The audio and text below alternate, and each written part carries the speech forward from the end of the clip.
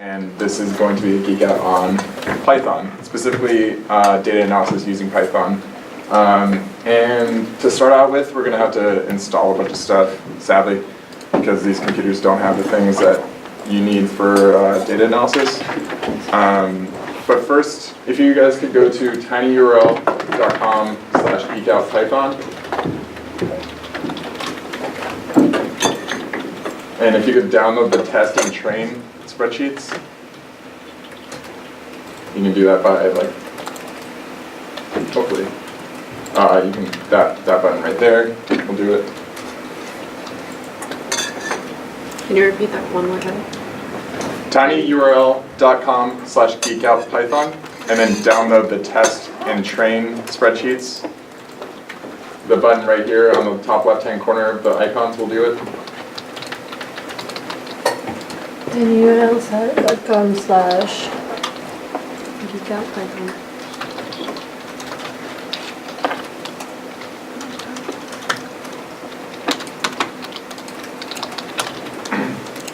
Thanks. Yeah.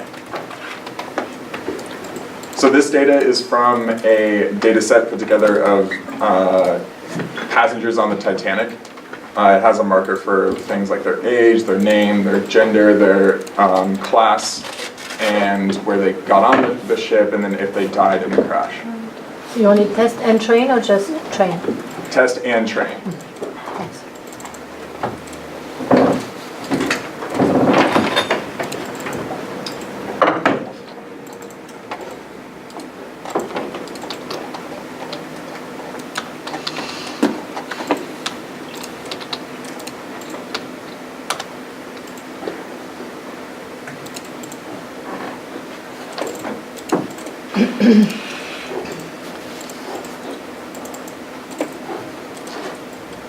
And we save them there, or we just open them? Save them. So, good point. Save the files to the downloads folder.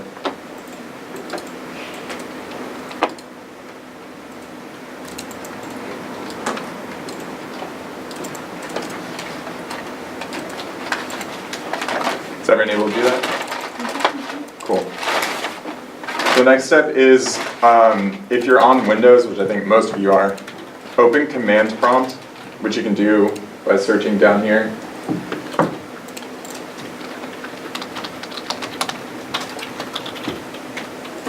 So you should see something like this, a window like this. Is anyone not on the school computer? You guys are using it. You already have it installed though, Yeah. right? Okay, cool. Are you using the school computer or you're? I'll use the school computer. Okay. Yeah, if you know that you don't have Python installed on your personal laptop, then I'd use the school computer. So school computers already have Python installed, but we have to install a couple other things. So we're going to install first something called Jupyter. I'm sorry, can you say again how do you pull up the command prompt? Yeah, you go down here to the search bar. Yeah, and you can type CMP or command prompt. And once you have a window like this, type that, and then run it by pressing enter. And you should see a bunch of progress bars and stuff. Mine says already installed because I installed it on here previously. And then when it's done, it'll bring you back to this arrow. Everyone able to do that? Cool. Having any trouble using? The next thing we're going to install is something called pandas. So pip install pandas. Yeah? Can you drop that light to the... Yeah.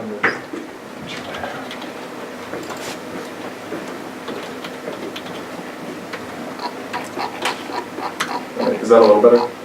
Yeah. Cool.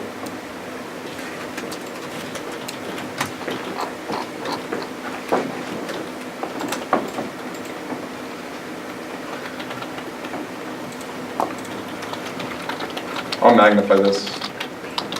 Wow. That's a lot.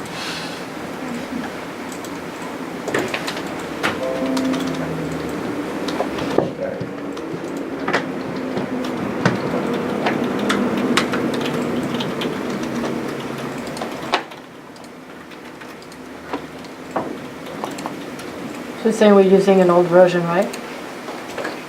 Yeah, that's fine. Don't worry about that. Mhm. Okay. And you have that. And it should be back to this arrow. Next thing to install is NumPy, NUMPY. Although it might have already installed with pandas. Also, if you want to get rid of all this junk, you can write clear. No, you can't. Not on Windows, apparently.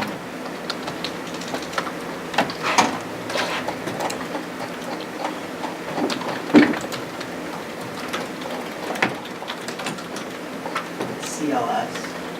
I don't know Windows command line at all. Thank you. CLS. CLS. We'll wipe it.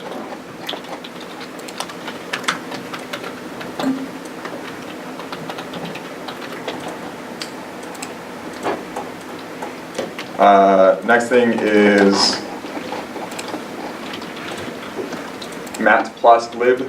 It's a graphing library. So everything that we're installing right now are libraries. If any of you have done R before and not Python, it's the same thing as a package in R. These are just extensions to Python that let you do certain things like graph or do data analysis.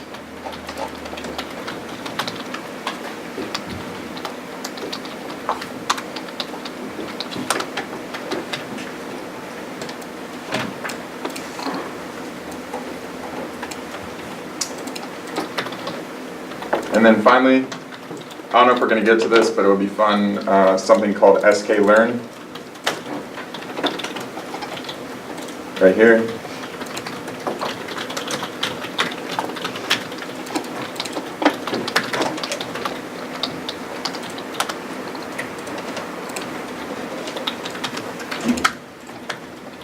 All right. Is everyone back to the arrow? Is everyone able to install everything? Any issues? Cool. This is the last thing we do. That's good. All right. When that's ready to go, when you're done with that, type Jupyter with a Y. Jupyter Notebook.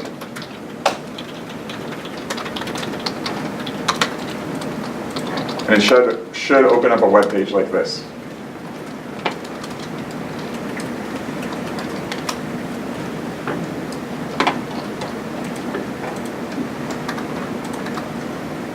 Any issues with that?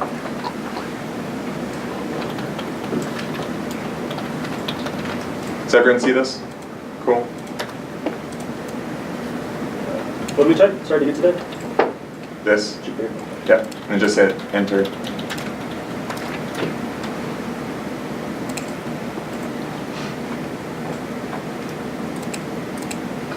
Everyone good?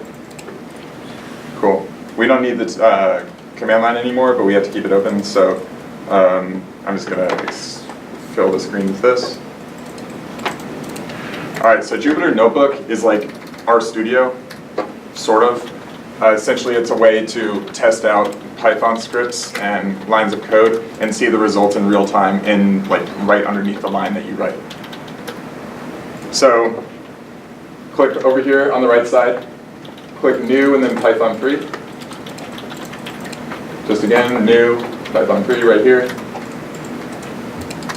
And if it works, which it doesn't seem to be,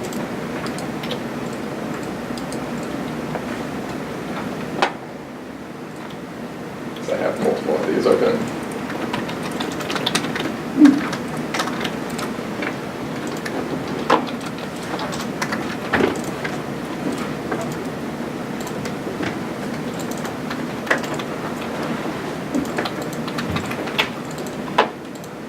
Everyone see something like this? Mm-hmm. Cool. So first thing we have to do is load the libraries that we installed. It's just like library parentheses whatever in R, but here what you write is import pandas as PD, import NumPy as NP, import matplotlib.pyplot as plt,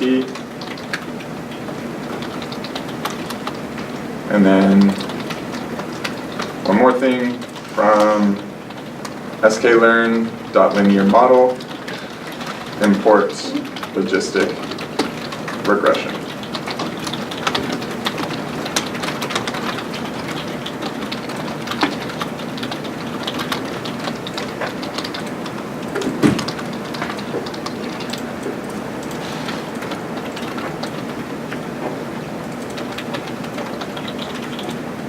Alright, so to run these lines, so this is technically one line, it's like one chunk of code.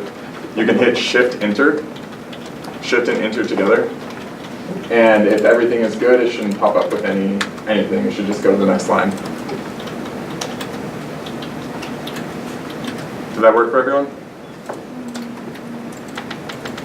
Cool. Any questions so far on this? This is the setup to start working with data in Python. Cool. Keep going. So you guys downloaded a spreadsheet called train.csv. If you're on the school computers, it'll download to the downloads folder. So to read in that data to work with in Python, we're going to use a function called read_csv.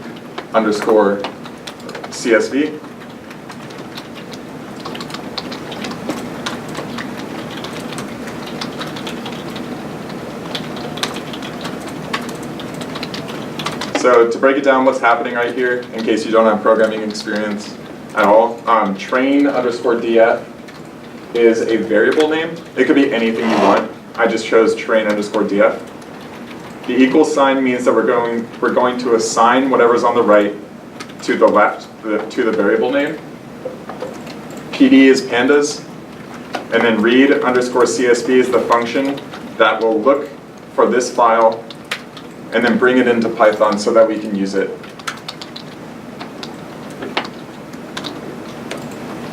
We're going to do the same thing with test.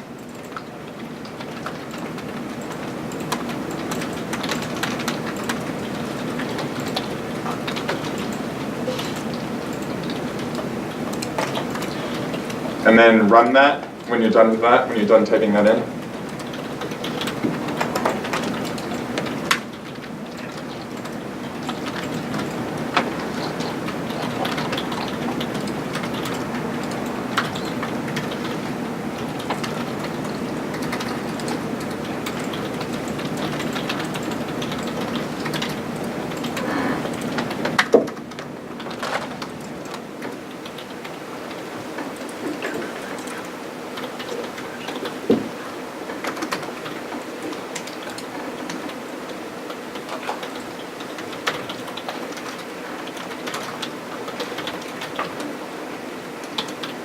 Any issues so far?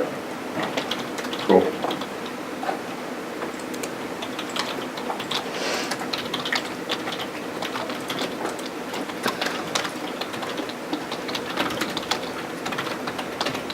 Do you have programming experience? Not really. Okay.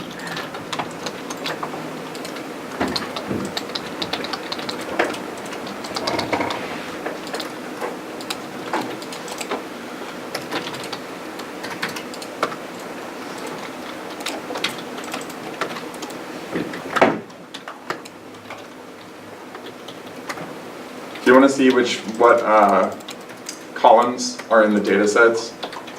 You can do something that's, if you have experience with R, it's similar to the glimpse function. But what we're going to do is print train_df.columns.values, which just prints the names of the columns in the data set.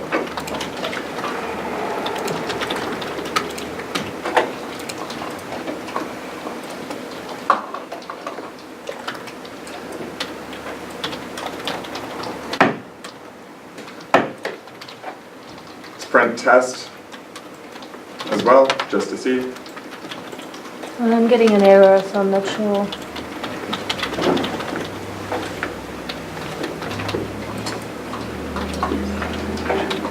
must have typed something wrong, but, oh, it's that line here that shouldn't be here.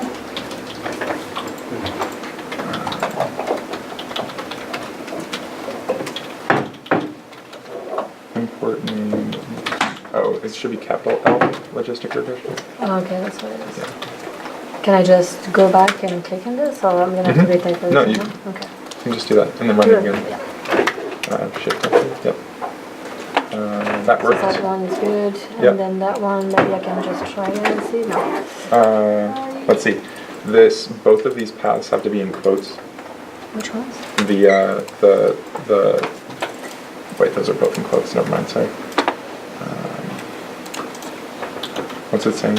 Or maybe is there a space that I need to put in between these? No, The that shouldn't equal sign? matter. Can you scroll down?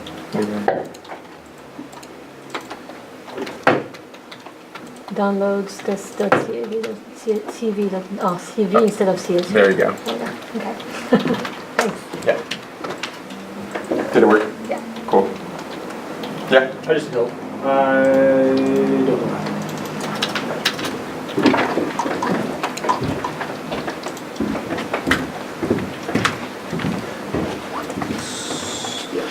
Okay. So, this is not a dash, it's the tilde. Yeah. Is there an error here? Run this box again. It's not popping. Okay, now try to run that again. There you go. Yep. Help them run things. Okay, cool.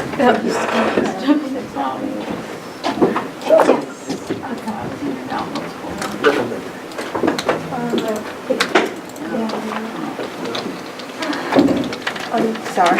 No worries. It doesn't seem to pull out the columns. Wait, go back into the folder. Okay. Could you run this? Oh, this is spelled wrong. It's train.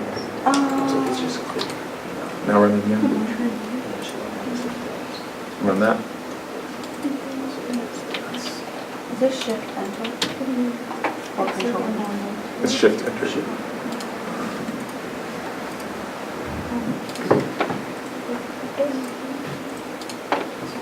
enter.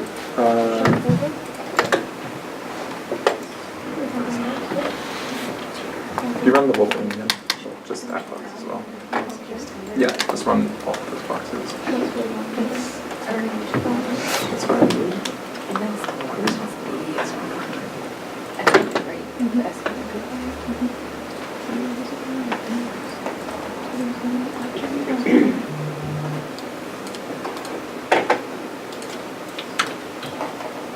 It's really weird.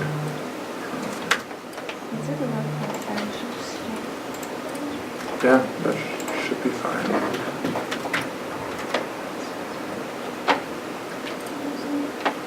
Well, you just run train underscore df. Just type train underscore df right there. Yeah, and then just run that. That's interesting. Were you able to install this stuff? Yeah, it should.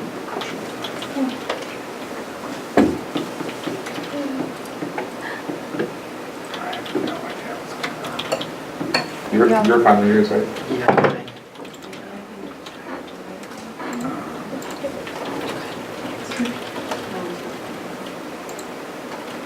You have to close this stuff.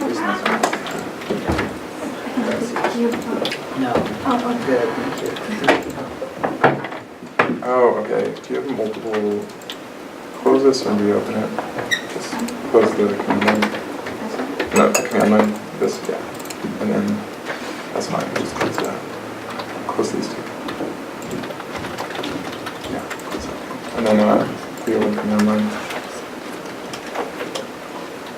And then do your notebook again.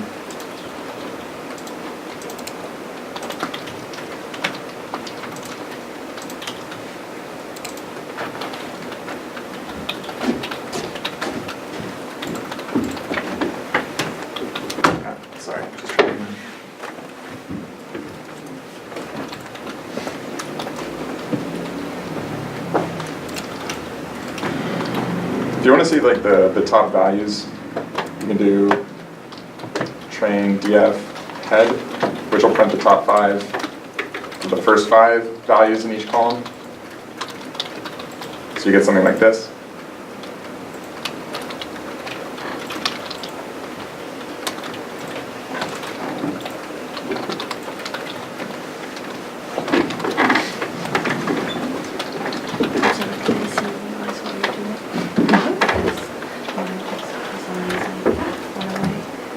Oh, sorry, I'll scroll back up. It's okay, I can. Yeah, because we have a Okay. few. You want to see some of the, like how many values are in each column, which is important when you're trying to locate columns that have missing, or rows that have missing values. You can do train df.info, open close parentheses.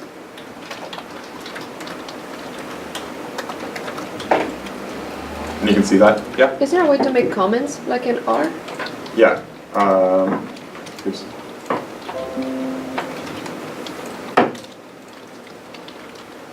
Same thing, like Okay. our hashtag. Yeah, so comments is a way for you to type notes to yourself. And anything after the hashtag on this line won't be ran. So,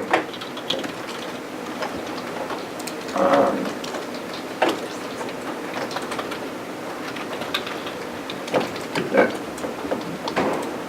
Is everyone able to see this?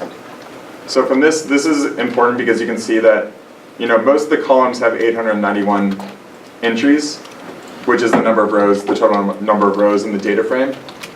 But age has 714, meaning that there are a bunch that are missing. And cabin has a bunch missing as well. And then there are like a couple missing from embarked.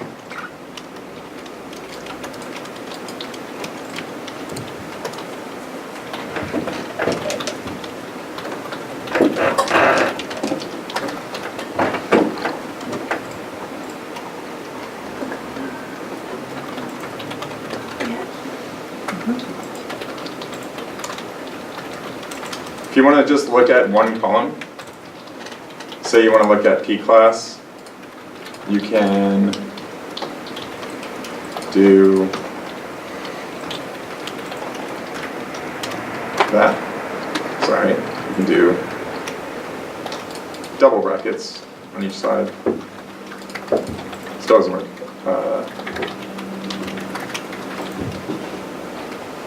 The previous ones was a train underscore df dot head. That was more of a summary, or Sorry, say that again? that one is Head, it more it of prints the first 5 rows for each. Okay.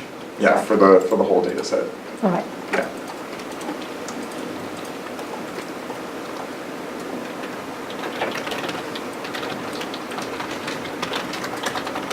I don't actually want to do that. I'm going to take a moment and do a bit of just intro to Python work.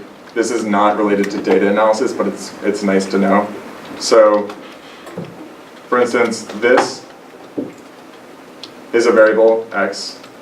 You're assigning it the value of 3. If you want to do multiplication, or you can print out the value of x by doing print x. That's 3. If you want to do multiplication, you can do x times x, or you can do y equals x times x.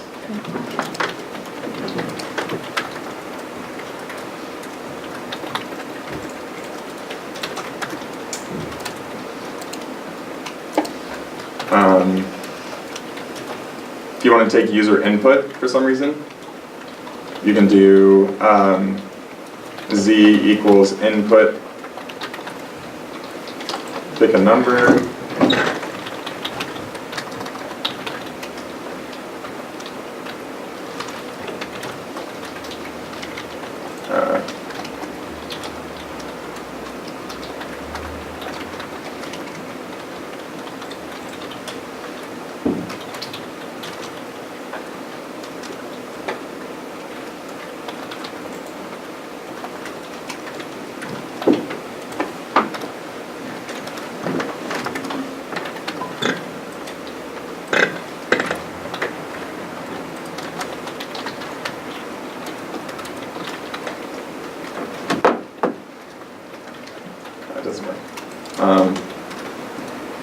If you want to do something like, say, print out a whole bunch of one number, you can do, there are several ways you can do that, but I'm going to show a for loop because that's nice to have, nice to know about. So what you can do is for I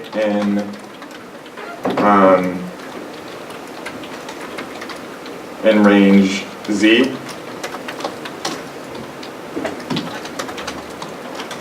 print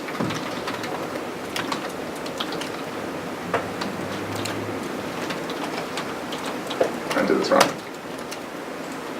Oh, Print Z, no? sorry. Go back up here to the input and put an int around it. Just int, then in parentheses. So when, like input, when you put a number into input, it'll bring it back as a string, which is just a text object. And so you can't actually do mathematical operations on that. So to fix that, we're going to make it into an integer.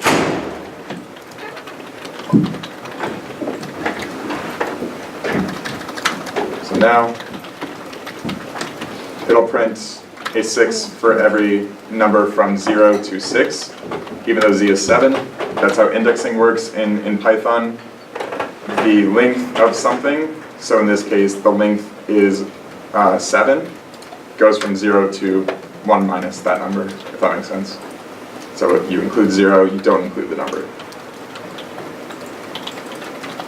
We can see that by doing this.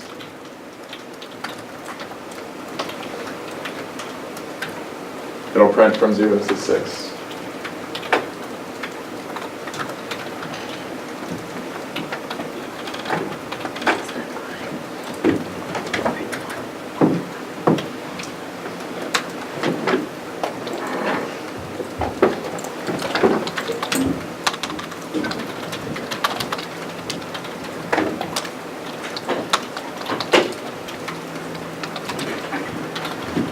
For loops are really nice. They can help you do a whole bunch of things because a lot of times you don't want to repeat work. Like, I don't want to actually print. I could do this. I don't want to. I don't want to just, type a bunch of print statements. So it's nice to be able to do, 2 lines instead of 7.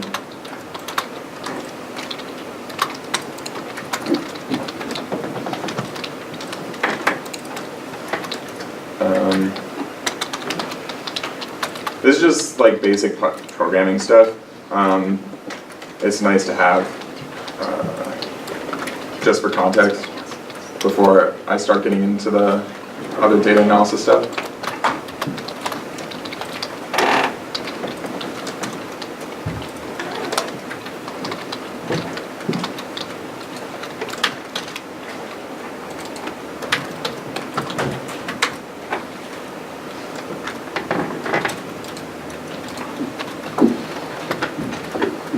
So if you want to do, like say you want to be able to use this elsewhere without copying and pasting those 2 lines, what you can do is make a function. So we'll call this function 1. And then we can just copy and paste this.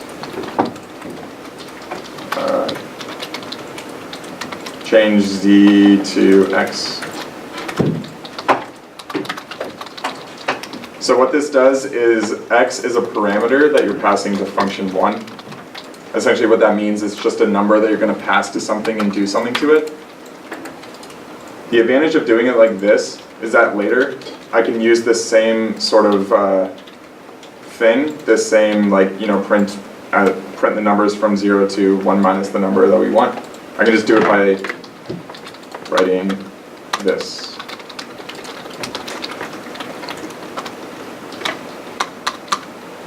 And you can see it does that.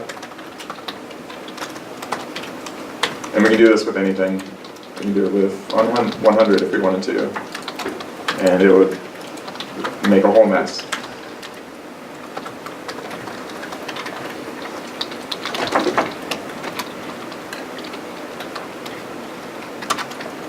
I actually don't know if this will work with a string, but let's try it.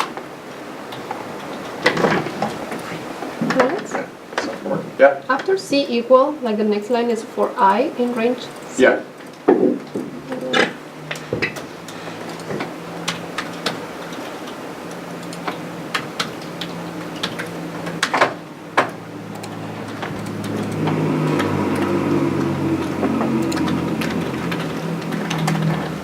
Any questions on this so far? Does this make sense? Basically, a function just packages lines of code together, lets you be able to call them later on, which is really, really, really nice when you're doing something kind of complicated and you have to do it many times, and you only want to have to write it once.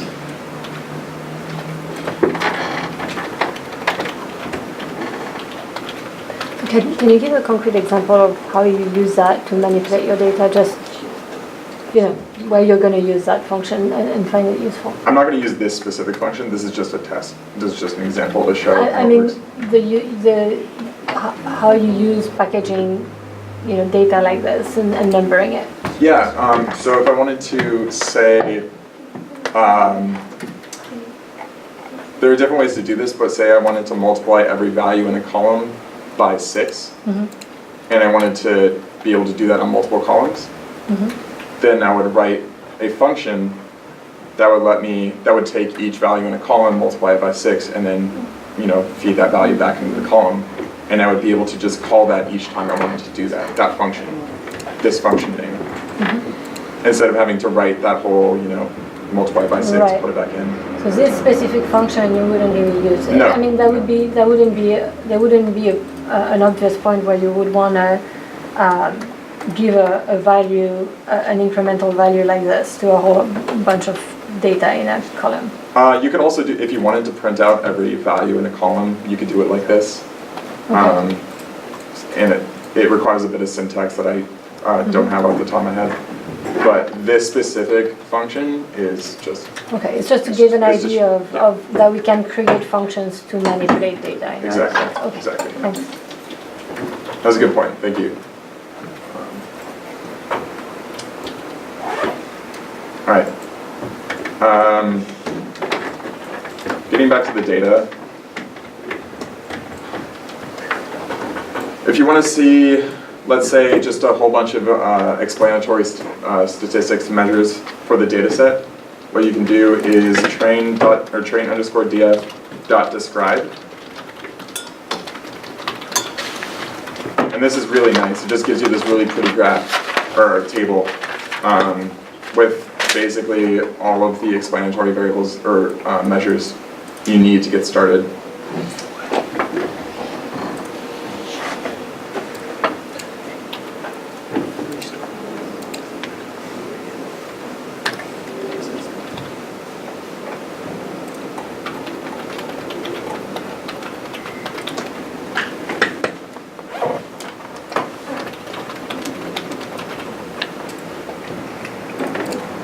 Say we want to see the mean,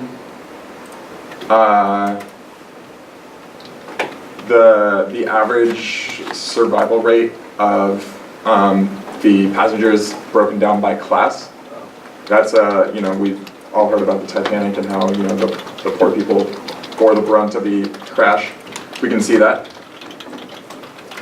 So double brackets down here. And then P class in quotes, comma, survived, dot, group by outside of the brackets, and then in parentheses and in brackets, P class. I'll go over this once I'm done typing it. As index equals false.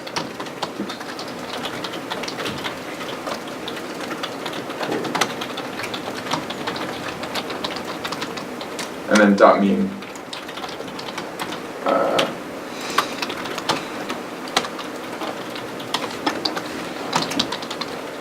Something on here.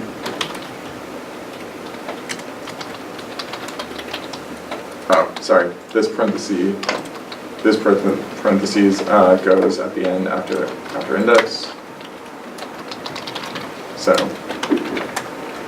there should not be a close parenthesis after this bracket. Right here. It should be right here. And then when you run that,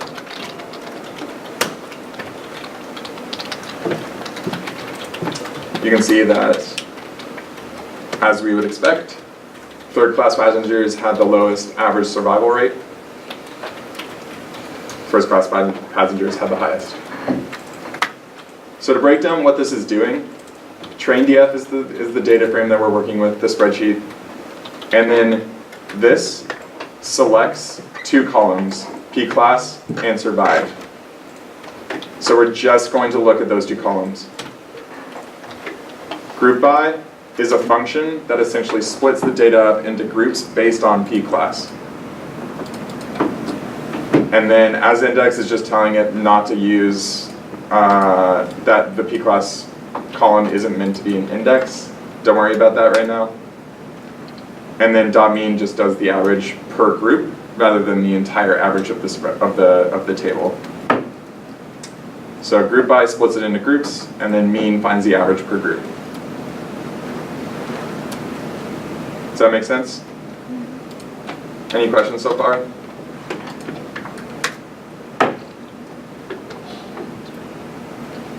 All right.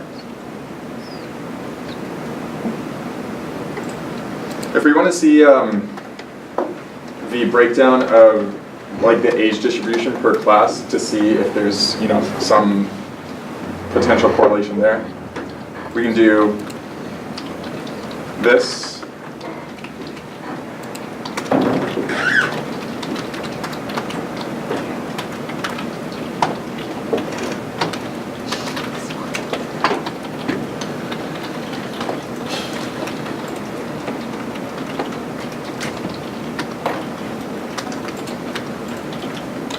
So this essentially tells Matplotlib that we're going to start graphing. And then this first bit selects the age column. It creates a histogram of the age column. And then it splits it into 3 different histograms based on the P-class column.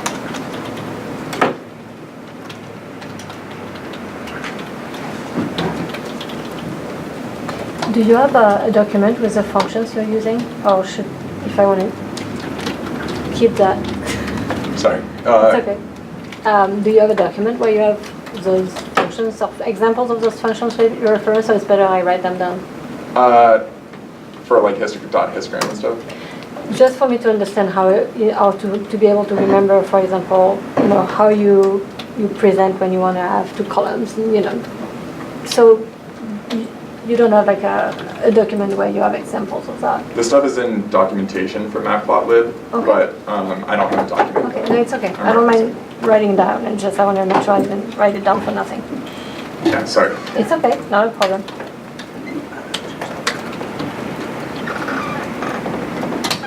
So you can see that the third class passengers skew a little younger. Most of them are in the 20s. Again, that's what we would expect from what we know about the Titanic.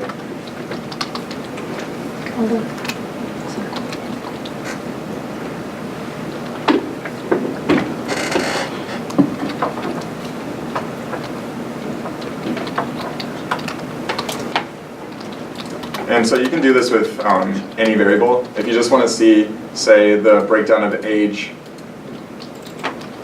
divided into the people who died and the people who survived, you can just change P-class to survived. And you see that the people who survived tend to skew older.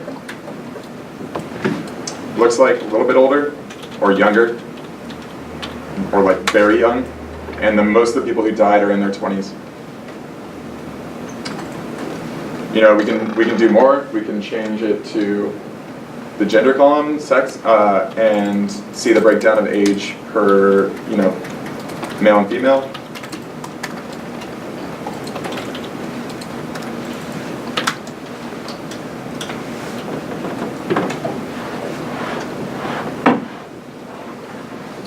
If we want to see the people who survived broken down by gender, you can change age over here to survived. And this is a dumb graph because survived is a binary variable, but you can see, I think, actually if you do, let's get this same. Probably. Never mind. In any case,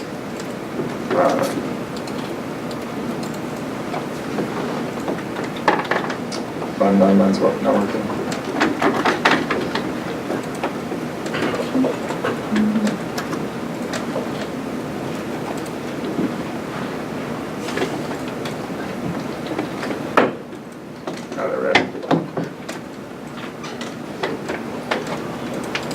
But you can see way more people who survived were female, again, as we would expect from the James Cameron classic.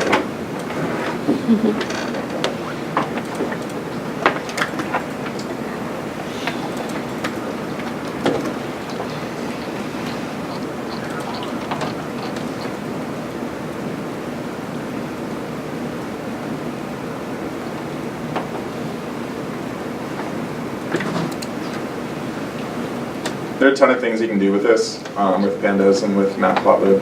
I'm showing just the very basics, but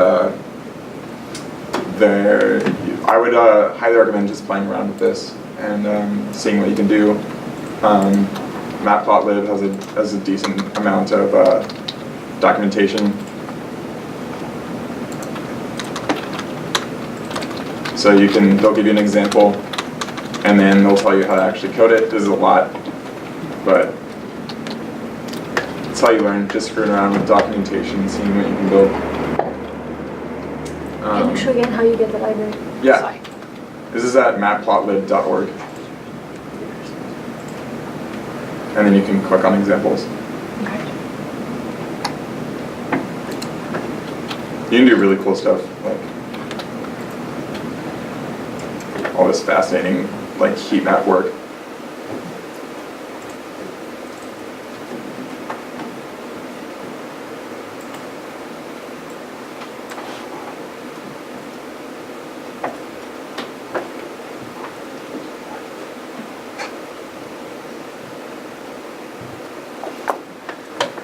All right. Let's do a bit of regression work just to see. It's pretty easy. Python makes regression, like statistical analysis work pretty easy. So what we're first going to do is drop every row that has NAs in it just to make it easy. And then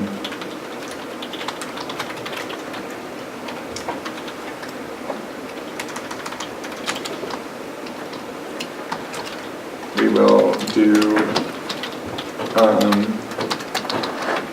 we're going to build another data set or another data frame called xtrain.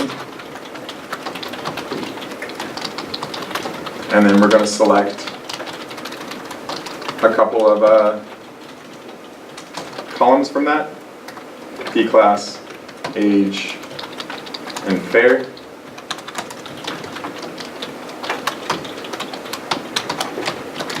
If you want to see what we have so far, you can do print xtrain dot head.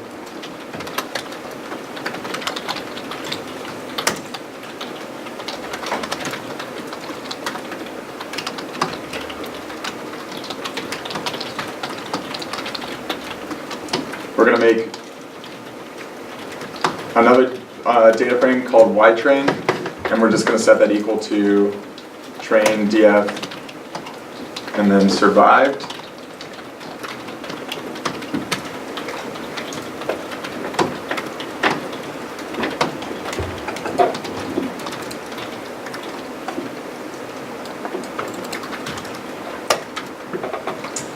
And if you want to see what that looks like, you can do mytrain.head.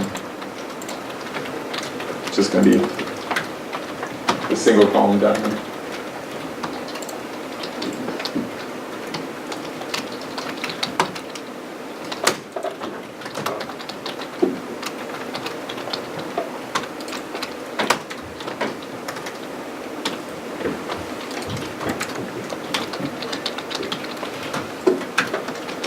We're going to make a couple more doing the same thing, just using the test data frame instead. So test df equals test df dot drop NA, just to get rid of the null values. We're going to do x test equals test df. Same columns, p class age and fair. Y test is equal to test df. Survived.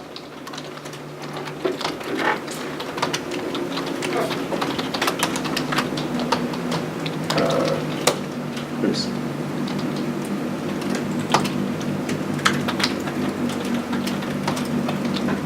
Oh, sorry, never mind.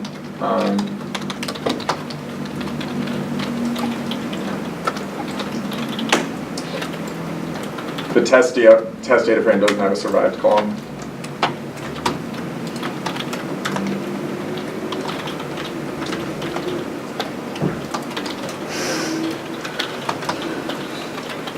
If you want to, so we have that. If you want to do logistic regression, you can do log reg equal to, oops. Should we do print x test as well?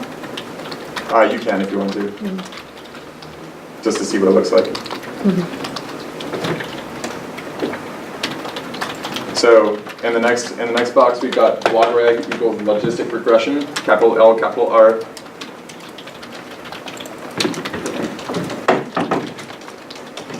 Here, I'll put this up here.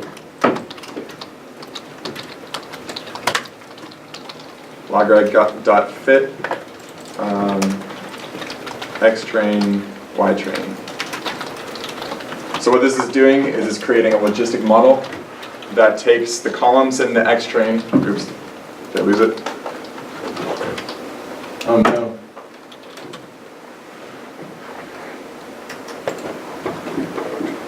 All right, cool. So x train has 3 columns: p class, age, and fair. And what it's doing is it's fitting a model to y train, which is the survived column. So you're looking at how these variables affect whether or not a passenger survived.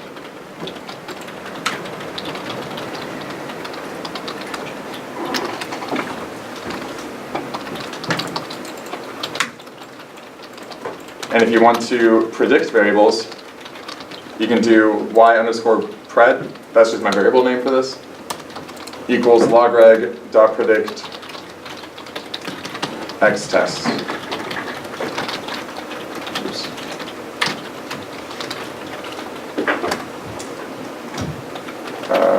That's fun.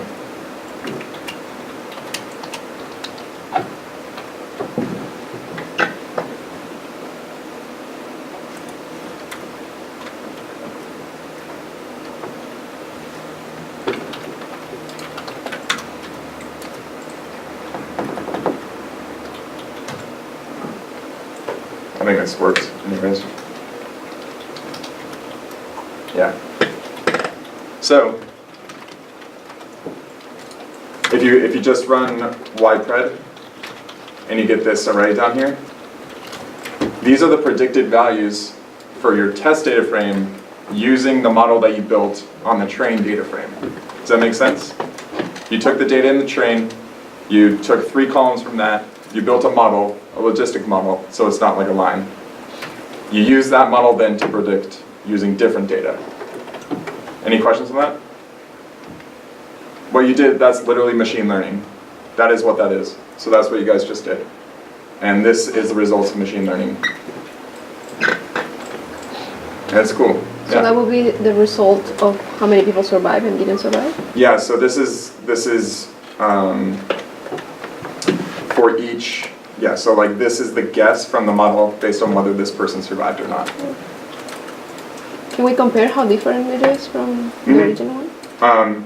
Since the test data frame doesn't actually have the survived column, what we would do is instead break the train data frame into 2. So you have one that's like 80% of the data and another that's 20%. You build the model on the 80% and you compare it to the 20%. And I'll do that real quick. it takes like 3 lines. So go back up here to where this is. We're going to do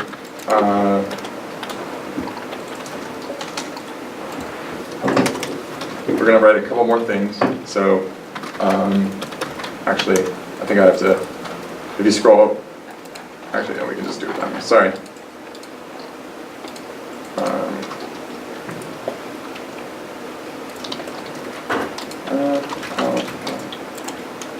I'm going to try this. Okay, so MSK equals np.random.rand length train df less than 0.8. Does that work? Sweet. Train x equals train df MSK. Test x equals train df minus MSK. So that's what you just did. Train x is now 80% of the original data. Test x is the other 20%.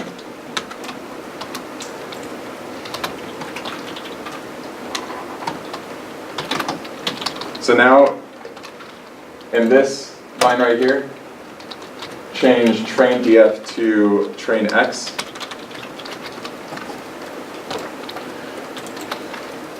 Change it here too. So both of these should be train x instead of train df. And then we need to build the same thing with the 20% data. So select the 3 columns.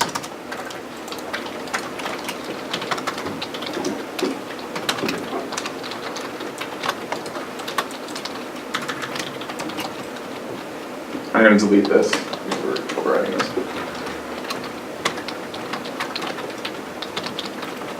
Y test equals test x survived.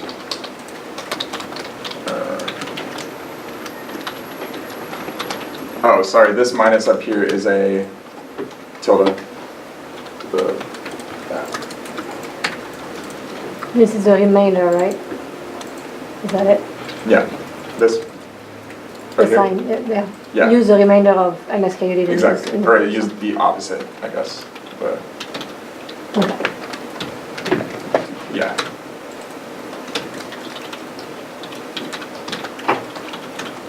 Okay, now that we have those, we can go down here and use x test and y test in our logistic regression. So we have x train and y train, that'll make the model. And then down here, we will use x test. And then we're going to create an accuracy log, an accuracy marker, which will just be, sorry, I'll scroll down. Logreg dot score x test y test times 100 2, and then the 100 just makes it a percentage. And then if you want to see what it is, you can do that. So this number means that our model that we built on the 80% of the data set is 73% accurate in predicting the values in the 20% data set. Which for a binary variable is much better than just randomly guessing.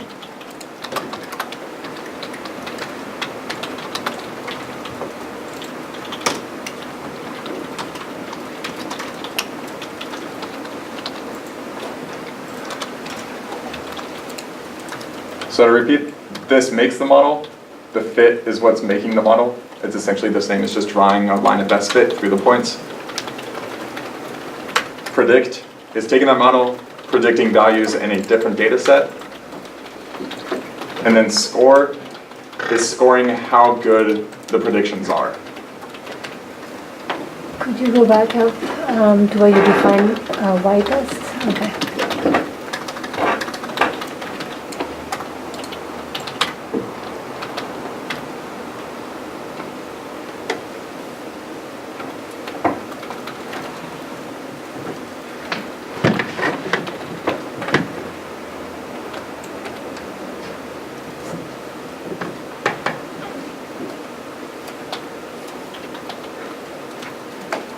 Was everyone able to get that?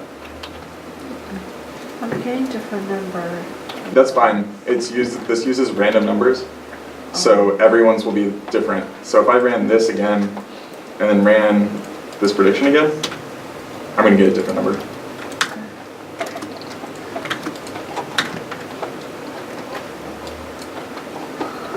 I know it's a lot, but I wanted to show you guys what is possible in this.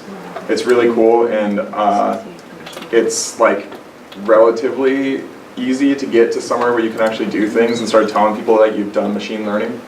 It's cool when you get to tell people that. But yeah, there's a ton of stuff. If you have any experience in R, again, like I said, Pandas is essentially built based on R, so the translation is pretty easy. But otherwise, it's really fun to play around with this. There are a ton of good resources out there. There's a book called Python for Data Analysis,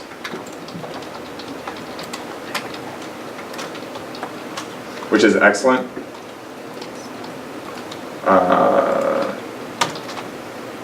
Yeah, this one. It's really good. Highly recommended. There's also like Data Camp and other free resources online that will go through a lot of this.